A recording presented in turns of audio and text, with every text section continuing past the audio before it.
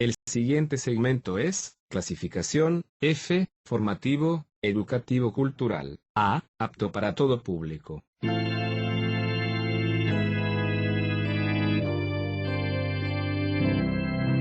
Bienvenido a Hora de Estudio Bíblico, con nuestro maestro el Dr. Lehman Strauss. Este estudio es el resultado del tiempo personal con el Señor, el ministerio pastoral y la experiencia en conferencias bíblicas del Dr. Lehman Strauss. Él nos instruye y alienta con la enseñanza de la palabra de Dios. Ahora, el Dr. Strauss. Hoy queremos compartir con ustedes el cuarto estudio en esta serie sobre los profetas menores. Vamos a enfocar sobre el juicio de Dios sobre Israel y Judá. Y mientras usted busca este pasaje en su Biblia, Amós capítulo 2, quiero expresar mi más sincero y profundo aprecio por las oraciones y ofrendas del pueblo de Dios que sostienen este ministerio radial. Ha sido un ministerio maravilloso, de largo alcance en sus efectos. Agradecemos a Dios por la bendición que este programa radial ha sido a miles de personas e incluso por cómo está alcanzando muchos corazones en el día de hoy. Damos gracias a Dios por usted, que ora y contribuye para sostener este programa radial y este esfuerzo de enseñanza bíblica. Ha sido un gozo para mí compartir este espacio con ustedes y confío que usted nos tendrá presentes en sus oraciones y continuará sosteniendo este ministerio mientras se extiende el alcance a personas sobre la tierra en estos que creemos son los últimos días antes del retorno de nuestro Señor Jesucristo. Muy bien, vamos a orar y comenzamos con el capítulo 2 de Amós. Amado Padre, te agradecemos hoy que tú nos hayas concedido un día más y confiamos que nuestros esfuerzos en este día honrarán y glorificarán a nuestro Salvador, a quien amamos y a quien servimos. Te damos gracias, Padre, por la familia de la radio que está junto a nosotros día a día en este ministerio de enseñanza de la palabra de Dios. Que podamos alcanzar muchos corazones y muchos hogares hoy. Y especialmente, Señor, que puedan hallar algo los enfermos, los mayores, los que están en hogares de descanso y retiros geriátricos. Por favor, haz que este sea un día de victoria para los niños también, un día de honor y de gloria para nuestro querido Salvador, el Señor Jesucristo. Oramos en su digno y santo nombre. Amén. Como les decía, vamos a Amós capítulo 2. Vamos a considerar los pronunciamientos de Amós sobre Judá y sobre Israel. Y aquí nos vamos a encontrar con la valentía de este profeta de Dios. Amós estaba listo para hablar contra su propia nación. Ahora, mantenga en mente que las palabras de Amós no son las suyas propias. Tanto para Judá como para Israel, escrito está: así ha dicho Jehová. Amós 2:4. Así ha dicho Jehová. Capítulo 2, versículo 6. Dice Jehová, 2:11. Y dice Jehová, terminando capítulo 2, versículo 16. Hasta este punto Amós había estado tratando acerca de las naciones gentiles que rodeaban la tierra de Israel. Había pronunciado los juicios de Dios sobre esas naciones y había nombrado los pecados de los cuales ellos eran responsables y por los cuales vendría el juicio de Dios sobre ellos. Primero había sido Siria en capítulo 1, desde versículo 3 al 5. Luego Filistea, capítulo 1, 6 al 8. En tercer lugar Fenicia, capítulo 1, 9 al 10. En cuarto lugar Edom, versículos 11 y 12. Luego Amón, capítulo 1, versículos 13 al 15. Y finalmente la tierra de Moab, capítulo 2, versículos 1 a 3. Y ahora vienen los pronunciamientos de juicio sobre el pueblo de Dios. Como un verdadero ministro de la palabra de Dios, Amós el profeta no podía predicar solo a grupos selectos ni cambiar el mensaje que Dios le había dado. En este punto su mensaje nos da evidencias de su cuidadosa preparación. Recuerde que hasta aquí había sido una ordenada presentación de mensajes sobre las naciones gentiles de alrededor. Y creemos no estar lejos de la verdad al pensar que la predicación de Amós hasta este punto era popular entre los israelitas. Pienso que aquellos judíos estaban realmente felices de escuchar a Amós pronunciando juicios sobre las naciones. Poco imaginaban los habitantes de Judá y de Israel que el profeta de Dios estaba listo para apuntar sus armas como verdugo sobre ellos también. A partir de este punto comienza con un pronunciamiento contra Judá. Leemos capítulo 2, versículos 4 y 5. Así ha dicho Jehová: por 3 pecados de Judá y por el 4º no revocaré su castigo, porque menospreciaron la ley de Jehová y no guardaron sus ordenanzas, y les hicieron errar sus mentiras, en pos de las cuales anduvieron sus padres. Prenderé por tanto fuego en Judá, el cual consumirá los palacios de Jerusalén. Mientras el profeta giraba su enfoque sobre el reino del sur, es decir, sobre Judá, fue usando las mismas palabras introductorias de juicio que había usado para con los gentiles. El cargo contra Judá es breve, pero va al punto central. Ellos habían menospreciado la ley de Jehová, no habían guardado las ordenanzas de Dios, y sus propias mentiras les llevaron al error. Déjeme explicarle que la expresión «la ley» representaría la suma de todos los mandamientos de Dios para Israel, más de 600. La palabra ordenanzas o estatutos puede referirse a reglas específicas o regulaciones para gobernar ciertos aspectos de sus vidas cotidianas. Aquí tenemos un cargo general que el profeta hace contra la nación de Israel por entero, incluyendo las tribus del norte, Israel, y las tribus del sur, Judá. Pues a esa nación escogida le fueron confiados los oráculos de Dios, la palabra de Dios. Israel fue un pueblo único, con una posición única delante de Dios, y ellos disfrutaron privilegios exclusivos, y todo eso incluía un peligro especial. Ellos eran poseedores de la palabra de Dios, pero ellos la pervirtieron con sus mentiras y por sus desobediencias. Es una característica que distingue al pueblo de Dios: reconocer, recibir y responder a la palabra de la verdad de Dios. Recuerde, por favor, que el primer punto de ataque de Satanás contra la raza humana fue sobre la palabra de Dios. Él llegó al jardín del Edén, vino a Eva en Génesis 3 y le dijo: «Con que Dios os ha dicho, ¿no?». Lo que él hizo fue levantar un cuestionamiento a la integridad de lo que Dios había dicho, a la integridad de la palabra de Dios. El pecado de los judíos fue mayor que los pecados de los paganos, simplemente porque ellos habían pecado contra una mayor luz que ellos habían recibido de parte de Dios. Mi amigo, la ley nunca fue dada a los gentiles. Por lo tanto, cuando los judíos abandonaron la verdad de Dios, quedaron expuestos a serias consecuencias. Solamente por la obediencia a la palabra de Dios una persona puede escapar del juicio de Dios. Esa es la razón por la cual el Señor dijo tan frecuentemente: «El que tiene oídos para oír, oiga». En la parábola del sembrador, la semilla y los terrenos, registrada allí en Mateo 13, pero también en Marcos 4 y en Lucas 8, ese fue el primer golpe en aquella primera parábola. Él dijo: «El que tiene oídos para oír, oiga». Además, en las 7 cartas a las 7 iglesias, en Apocalipsis 2 y 3, el Señor concluye cada carta con el mismo desafío: «El que tiene oídos, oiga lo que el Espíritu dice a las iglesias». Usted que me está escuchando hoy, que tiene el privilegio de la predicación del Evangelio, el privilegio de una iglesia con enseñanza bíblica, es una persona altamente privilegiada. Pero no olvide, estimado oyente, mientras que es un privilegio ser expuesto a la enseñanza bíblica, a un ministerio de predicación del Evangelio, gran responsabilidad cae sobre nosotros. A aquellos de nosotros que tenemos la verdad de Dios, somos responsables por lo que escuchamos.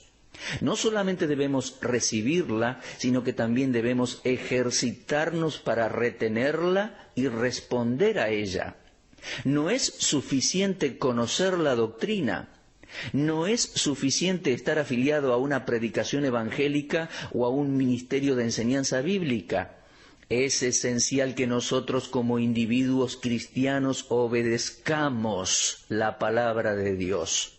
En la epístola de Santiago somos exhortados a ser hacedores de la palabra y no tan solamente oidores de la palabra. Ese fue el pecado de Judá. Ellos tenían la verdad de Dios, ellos tenían los oráculos de Dios, pero ellos no obedecieron las ordenanzas de Dios, fallaron en guardar la ley de Dios. Ahora, avancemos en el libro de Amós, capítulo 2, a los versículos 6 al 16. En este párrafo, Amós hablará contra Israel, y este último pronunciamiento será mayor en extensión que todos los anteriores, y que por supuesto nos llevará más tiempo y más estudio. Observemos que la primera declaración contra el pueblo de Dios les acusaba de injusticias sociales. Miren versículo 6. Vendieron por dinero al justo y al pobre por un par de zapatos. La verdadera dimensión de una nación es a menudo vista en el trato que esa nación tiene con los más débiles y con los más pobres. Y la verdadera medida de un individuo cristiano es muchas veces observada en el trato cristiano para con aquellos que son más débiles o más pobres que él mismo. ¿Escuchó? El poder y las riquezas pueden sacar lo mejor de una nación o de un individuo, pero también pueden sacar lo peor de una nación o de un individuo. Israel demostró cuán lejos se había apartado de Dios cuando abusó de grupos minoritarios. Ellos tomaron sobornos y vendieron sus acreedores en esclavitud por el mero precio de un par de zapatos. El pueblo de Israel se había hecho culpable de pecar contra su prójimo. Su mala conducta fue una abierta contradicción de la relación espiritual que profesaban tener con Dios. No eran mejores que los paganos que les rodeaban. Queridos oyentes, es pecado despreciar y oprimir al pobre. Es una afrenta al Creador, Proverbios 14:31. Y leemos en Proverbios 17:5 que dice, no quedará sin castigo.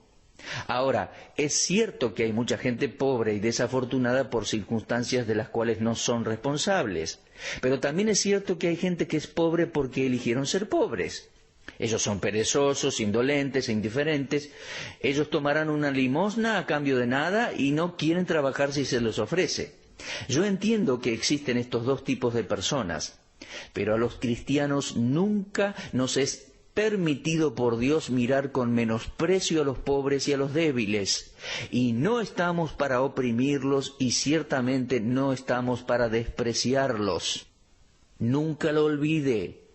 Ahora avancemos al versículo 7. Dios dice, y el hijo y su padre se llegan a la misma joven, profanando mi santo nombre. Quiero tratar acerca de este pecado aquí en versículo 7. Realmente es inmoralidad, y la clase de inmoralidad que es mencionada aquí fue una práctica común entre los cananitas, los paganos. En las capillas de sus religiones había las así llamadas mujeres santas, entre comillas. Estoy diciendo así llamadas, mujeres santas. Ellas eran devotas de los sacerdotes y les daban lo que ellos llamaban prácticas religiosas, comercio sexual. Para ellos las actividades sexuales tenían un significado religioso.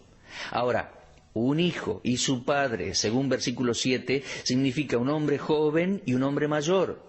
Y simplemente está diciendo que ellos participaban en relaciones sexuales con las prostitutas de los templos paganos. Esa era una práctica común de los ricos. Pero Amós no se dirige aquí a ricos. Él está predicando directamente a los hijos de Israel, el pueblo elegido por Dios. Y ellos sabían muy bien que esa prostitución religiosa fue prohibida por la ley de Dios. Podemos leerlo en Deuteronomio capítulo 23, versículos 17 y 18. Dios lo había anunciado tan claramente que no era posible malinterpretarlo. Ahora, mi amigo, déjeme decirle que el libertinaje sexual continúa siendo aún hoy una eficaz herramienta para la destrucción de una civilización. Y cuando la gracia de Dios alcanza a un pecador, uno de sus propósitos es provocar un cambio en la vida de esa persona. Muchos en Israel en los días de Amós eran judíos exteriormente, pero no había cambios ni mejoras en sus conductas. Lo mismo vemos hoy en los cristianos profesantes. En mis viajes por diversos lugares me asombra saber y oír de cristianos profesantes que abandonan sus esposas y tienen contactos con otras mujeres. Algunos se divorcian de sus esposas y se vuelven a casar con otras y, atención, continúan predicando y enseñando la palabra de Dios. Queridos oyentes, sabemos que eso está mal y Dios dice que no puede continuar así. Y si en eso estás, no puedes continuar así. Este fue el pronunciamiento contra el pecado de Israel en versículo 7. Ahora avancemos a otro concepto. Amós observaba a los judíos de sus días, los vio venir a sus lugares de adoración, al mismo altar de Dios, trayendo consigo vestiduras recibidas en empeño, que habían sido tomadas sin misericordia de las víctimas que las habían empeñado. Mira el versículo 8 de Amós capítulo 2. Dice: sobre las ropas empeñadas se acuestan junto a cualquier altar, y el vino de los multados beben en la casa de sus dioses. Ahora, no es fácil interpretar este versículo 8. ¿Cuáles eran esas vestiduras? ¿Y cuál era el pecado que los israelitas estaban cometiendo? Bien, debemos consultar los más antiguos libros de la historia. Por ejemplo, Éxodo 22, 25 al 27 y Deuteronomio 24, 12 y 13. Estos pasajes explican la denuncia de Amós aquí en versículo 8. Déjeme leerlo de nuevo. Sobre las ropas empeñadas se acuestan en cualquier altar. Ahora déjeme explicarle esto a la luz de Éxodo 22 y Deuteronomio 24. Si un vecino o hermano pedía prestado dinero a un israelita, éste podía tomar sus vestiduras como garantía por el préstamo. De todas maneras, las vestiduras solo podían ser retenidas durante las horas del día. Debían ser devueltas antes de la noche, de modo que el dueño de los vestidos pudiese usarlos para abrigarse. Ahora, si la persona que le había prestado dinero le privaba de sus propias vestiduras para protección y abrigo, mostraba falta de simpatía, falta de misericordia. Y Amós aquí está recordándole a la gente que por lo tanto ellos habían violado la ley de Dios. Al no haber mostrado misericordia, no tenían derecho para esperar la misericordia de parte de Dios. Bueno, avanzando ahora con el versículo 10, Amós revierte su método de tratar con Israel. A través del versículo 9, él reveló las aborrecibles acciones de Israel. Pero comenzando con el versículo 10, Amós va a destacar los actos de amor que recibió Israel de parte de Dios.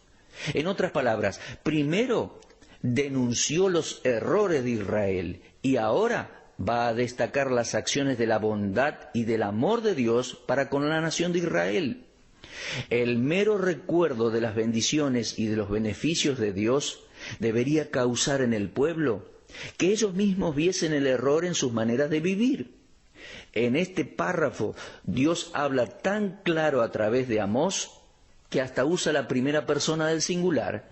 Fíjese en versículo 9, yo destruí. Versículo 10, los hice subir. Versículo 11, y yo levanté. Versículo 13, he aquí yo os apretaré en vuestro lugar. Aquí tenemos una secuencia de eventos que van mostrando las acciones redentivas de Dios para con Israel.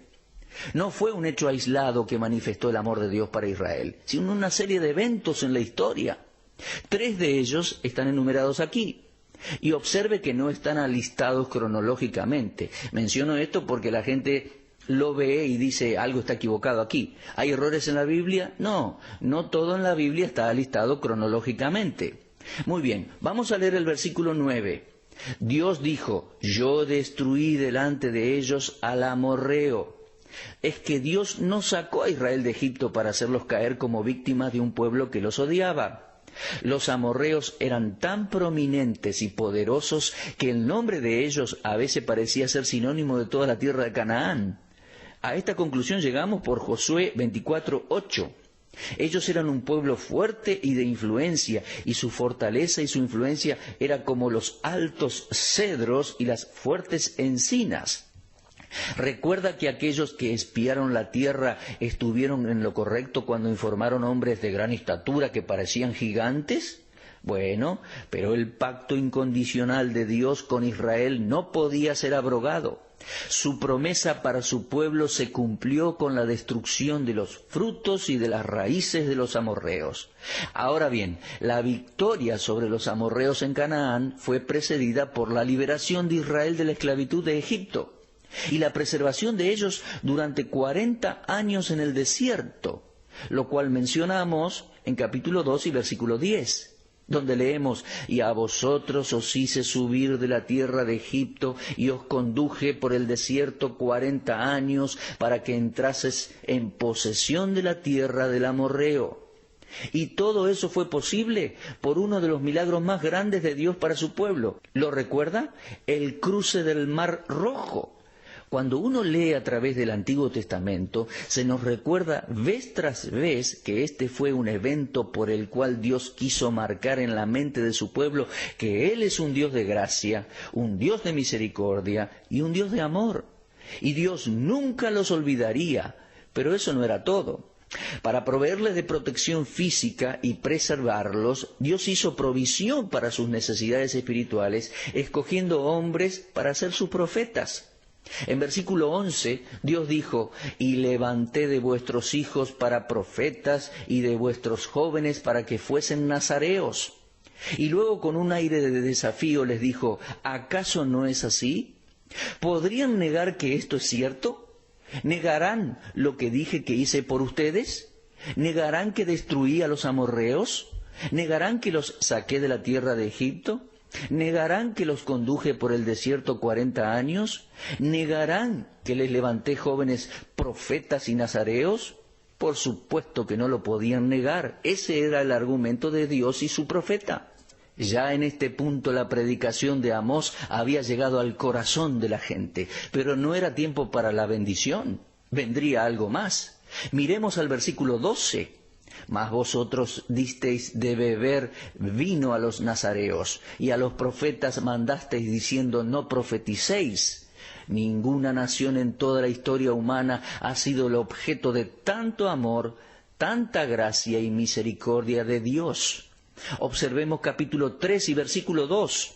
Dios dijo, a vosotros solamente he conocido de todas las familias de la tierra, por tanto os castigaré por todas vuestras maldades. Despreciando los privilegios, ellos cayeron en un bajo nivel de conducta. Tentaron a los nazareos a violar sus santos votos de abstenerse de bebidas intoxicantes.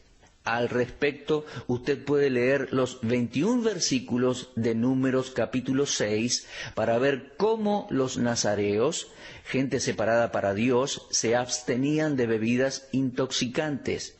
Y su promesa era un acto de consagración de sí mismos a Dios, lo cual incluía renunciar al mundo y sus placeres y todas sus nefastas influencias. Pero los líderes de Israel fueron tan lejos como hasta intentar silenciar a los profetas de Dios. Leemos eso en el versículo 12. Mas vosotros disteis de beber vino a los nazareos, y a los profetas mandasteis diciendo, no profeticéis. Respecto a esto, Amós tuvo también su propia experiencia. Ya hablamos de eso en uno de nuestros estudios previos, citando capítulo 7, versículos 12 y 13. Ellos trataron de silenciar a Amós. En el caso de Amós, levantaron una conspiración para removerlo de su posición de profeta. ¿Saben, queridos amigos? Eso mismo sucede en las iglesias en el día de hoy. Surge un hombre de Dios, devoto, consagrado, dedicado, enseña y predica la palabra de Dios con simplicidad, en verdad, pero en el poder del Espíritu Santo. Y no faltan algunos individuos que tratan de quitarlo de en medio porque ellos no pueden tomar la delantera en la enseñanza y en la predicación de la palabra de Dios. Son como la clase de gente que había en Israel en los días de Amós.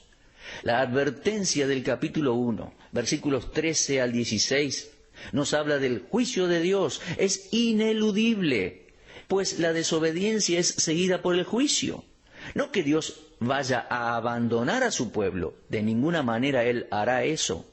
Su pacto incondicional permanecerá. Pero leemos en Hebreos 12:6 que el Señor castiga a quien ama y azota al que recibe por hijo. El tiempo habría de venir cuando el juicio de Dios comenzaría por la casa de Dios. Eso es lo que Pedro escribe en su primera epístola, en capítulo 4 y versículo 17. No hay punto de retorno para el juicio de Dios. Él iba a apretarlos en su lugar como se apretaba el carro cargado de espigas de cereales. Y en versículos 14 y 15 hay un lenguaje y términos de guerra que pienso que profetizaban la futura invasión de los asirios sobre ellos. Leamos esos dos versículos. Repito, versículos 14 y 15, y dice, y el ligero no podrá huir, y al fuerte no le ayudará su fuerza, ni el valiente librará su vida. El que maneja el arco no resistirá, ni escapará el ligero de pies, ni el que cabalga en caballos salvará su vida. Los asirios conquistaron Israel y llevaron cautivas las 10 tribus allá por el año 740 a.C. ¿Sabe? Creo que estos versículos fueron una clara profecía de la poderosa invasión asiria. Amados oyentes, si algo hemos aprendido hasta acá del libro de Amós, atención, es que nuestro santo y justo Dios no puede pasar por alto el pecado. No lo va a disimular. La vara de su justa ira caerá duro, aún sobre sus propios hijos. Entienda que, porque Dios nos ha escogido y nos ha redimido por su gracia, nosotros nunca tenemos licencia o permiso para desobedecerle.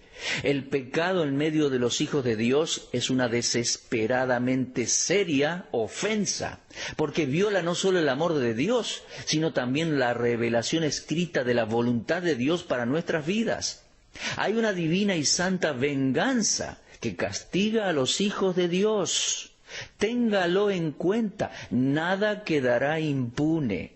Dios dijo, mía es la venganza, yo daré el pago. Y por este pasaje en Amós, Israel recibiría justa recompensa por sus pecados. Bueno, nuestro tiempo ha terminado por hoy. Si Dios lo permite, esperamos comenzar con capítulo 3 de Amós en nuestro próximo encuentro. Y hasta entonces, permanezcan mirando hacia arriba. Usted estuvo escuchando Hora de Estudio Bíblico con el maestro el doctor Lehmann Strauss. Si desea escuchar una vez más este mensaje, visite nuestra página en la internet www.bbnradio.org. Le dejamos la invitación para que el día de mañana nos acompañe aquí, en este mismo horario y punto del dial. Hora de Estudio Bíblico es una producción de BBN.